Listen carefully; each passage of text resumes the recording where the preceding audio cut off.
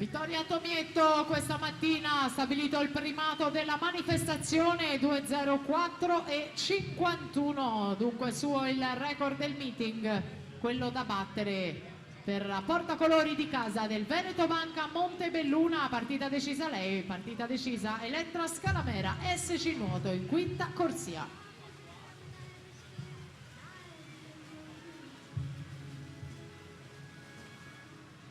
Le 2002 in acqua, l'unica 2002 in acqua è Elena Pravato dalla terza corsia.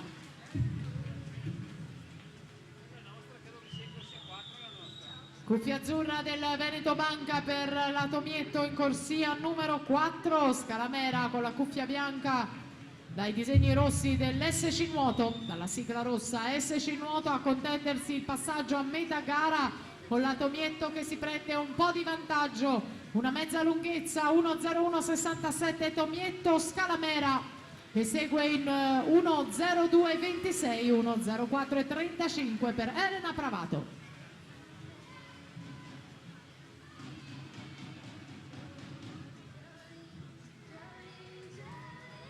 Si scatena la Tomietto che aumenta la frequenza di bracciata, andiamo a vedere il suo passaggio ai tre quarti gara. Tomietto davanti, Scalamera in seconda posizione ai 150, 1:33.07 per la Tomietto, 1:34.98 per Elettra Scalamera, 1:37.70 Elena Pravato.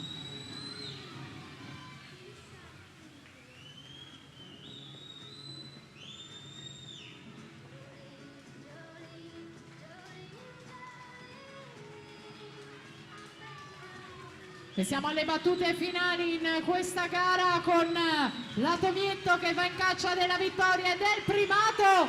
2:04.10 il tempo nuotato e dunque si migliora ancora, successo per lei. Dunque vittoria, medaglia d'oro e primato della manifestazione per la Beniamina di casa. Vittoria!